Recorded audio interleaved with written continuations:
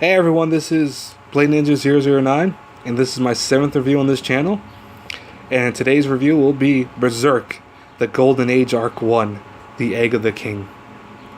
Now, I'll explain real fast what Berserk really is.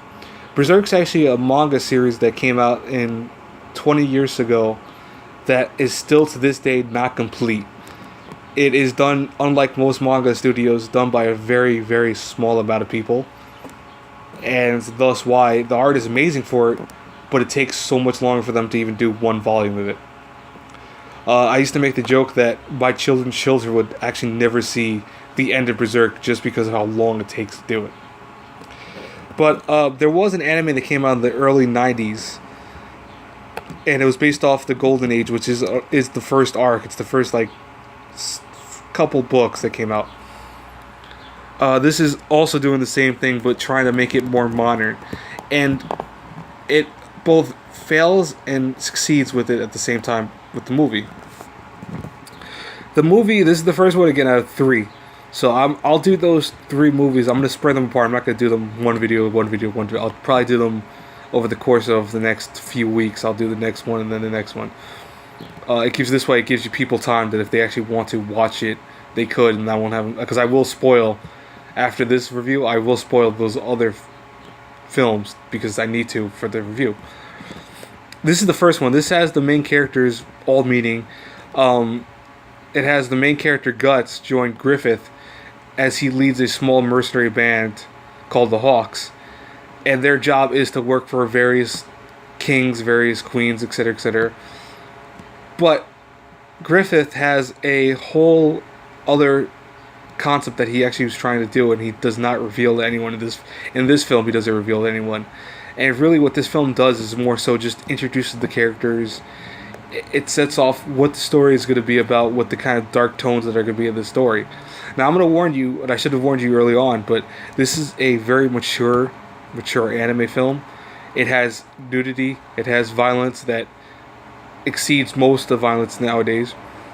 It's not afraid to show people's limbs getting hacked off. It's not afraid to show sexual, scenes of that nature. So, if you're trying to look for this for a younger person, don't. Just let someone be of old age to watch this. Not to sound like the adults, but kids really shouldn't be watching this if they don't understand that concept. But I think what fails about this show, the only thing that fails about this show, is the animation sometimes is hit or miss. But I'll tell you that the story, the presentation, the plot is phenomenal. The voice acting is very good. They actually got all the original characters, albeit maybe 1 or 2 slight characters, from the actual original anime that came out in the 90s. And so that's pretty cool. I mean, if you were a fan of the anime that came out back then, you at least now have the source. You have the actual original voice actors, and I think that's pretty cool. I love when stuff does that. This does a very good job of retelling the story. It does some stuff differently than what the original stories did, but that's just to keep it more of a current age, and I think it works in its favor. But the animation, like I said, is the weakness because it sometimes deviates from CGI. It tries to do this weird CGI / regular 2D animation, and it sometimes doesn't know when to switch between them, and so sometimes it looks a little meh. And I mean, this has been out for a while, so you've probably seen maybe 1 or 2 video reviews. A lot of people tend to complain about the animation, and I'll say it is the biggest weakness of this. But still, if I had to review this, I give it a solid B+. It's still a great movie. Again, it's 1 of 3, so I will do the other 2. I will do them at a later date again. They will spoil some of what happens to this one, so I'm not going to not forget to tell you guys that, with the next movie, I'll be like spoiler alerts for the company people that haven't watched the first movie, etc., etc.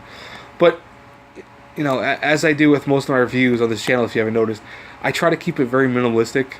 So I only give you what I think is good, what I think is bad. And I think that this show does a good job of that because I don't have to really spoil too much about it without saying, hey, this is good, this works, this doesn't work, etc., etc. So overall, B+.